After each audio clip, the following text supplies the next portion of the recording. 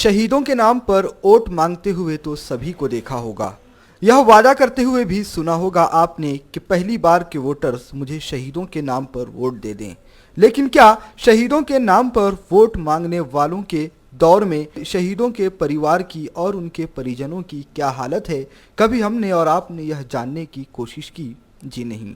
अगर जानते तो शायद यह विडंबना नहीं होती। शहीदों के परिवार की खस्ताहाली के बीच कोई शहीदों के नाम पर वोट नहीं मांग रहा होता। जी हाँ, इस देश ने पहली बार यह विडंबना देखी कि ताकतवर सत्ता के आगे सेना के जवान भी चुनाव लड़ने को मजबूर हो गए। इसी देश ने पहली बार ऐसी भी विडंबना देखी कि कर्नाटक के किसान सत्ता के सबसे बड़े केंद्र बिंदु के सामने बगावत की आवाज उठाते हुए खड़े दिखाई दिए। लेकिन इन सब के बीच आज बात चुनावों की नहीं करेंगे, बात करेंगे शहीदों के परिवार की। बात करेंगे कि जब कोई सैनिक देश के लिए अपनी जान निछावर कर जान दे देता है तो उसके बाद उसके परिवार का क्या होता है। उसके बाद उन संवेदनाओं का क्या होता है कि जब शहीदों का जनाजा उठते समय राजनेता जो बड़े बड़े वादे करके चले जाते हैं, उन वादों का क्या होता है। आज हम आपको अमरावती जिला के नांदगांव खंडेश्वर के शहीद पंजाब राव उइके के परिवार के बारे में बताते हैं। पंजाब राव उइके 18 सितंबर 2016 को जम्मू कश्मीर के उरी में हुए दहशतवादी हमले में शहीद हो गए थे। उसके बाद से ही उनके नाम से स्मारक बनाने की मांग जोरों पर थी। वह उनके मित्र, उनके दोस्त और परिवार वाले 2 वर्षों से उनके नाम का स्मारक बनने का अब तक इंतजार कर रहे हैं। मांग तो यह भी थी कि शहीद का स्मारक जहां बनाया जाए वहीं शहीद के नाम से एक पुस्तकालय भी खोला जाए ताकि लोग किताबों के जरिए ज्ञान हासिल कर सकें। लेकिन 3 वर्ष बीत जाने के बाद अब तक यह मांगे सिर्फ मांग बनकर रह गई है। स्थानीय ग्राम पंचायत ने 1 एकड़ जमीन भी शहीद के नाम से स्मारक बनाने के लिए सुरक्षित कर रखी है, लेकिन जिला प्रशासन ने इस ओर कोई ध्यान नहीं दिया। सबसे पहले हम आपको शहीद पंजाब राव उइके के दोस्त का क्या कहना है यह सुनाते हैं। मी दिनेश शेळके, पंजाब उइके हा माझा मित्र होता।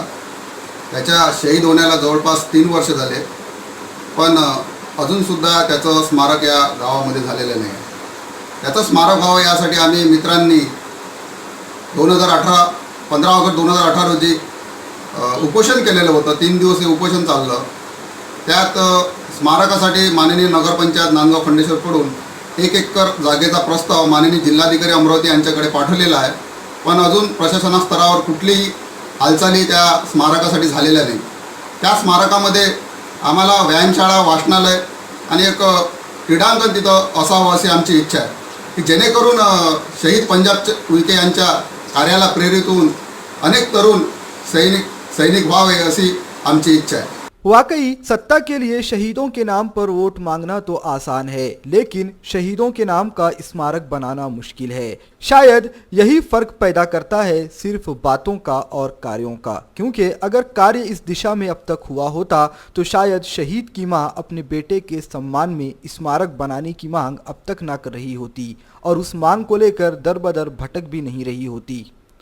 माझ्या मुलाला 3 वर्षे झाली आहे, शहीद होऊन अजून स्मारक काही झाले नाही। तेच आमची मागणी आहे, व्यायामशाळा आणि वाचनालय मिळावा ही अशी आमची इच्छा है।